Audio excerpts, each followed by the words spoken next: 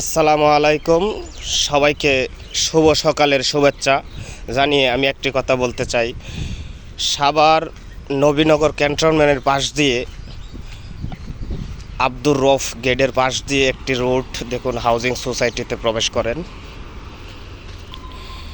এই রুটটি গত কিছুদিন আগেও এই যে দেখুন আমার পাশে যে দেয়ালটি দেখা যাচ্ছে, এই দেয়ালটি দেখা যাইতো না, এত পরিমাণ জঙ্গল আবর্জনা ময়লা ছিল। হাউজিং সোসাইটির কিছু বড় ভাই মানবিকের কাজ করতে গিয়ে দেখুন তারা মেন রোড থেকে একদম হাউজিং সোসাইটি পর্যন্ত পুরো রাস্তাটায় একদম ক্লিন করে ফেলেছেন। কোনো জঙ্গল আবর্জনা কোনো কিছু রাখে নাই।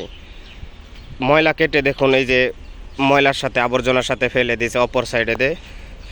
আমি মন থেকে বলতে চাই আপনারা সবাই তাদের জন্য অন্তর থেকে আল্লাহর কাছে দোয়া করবেন, তারা যেন সারা জীবন এভাবেই মানবিক কাজ করতে পারে। সবাইকে ধন্যবাদ।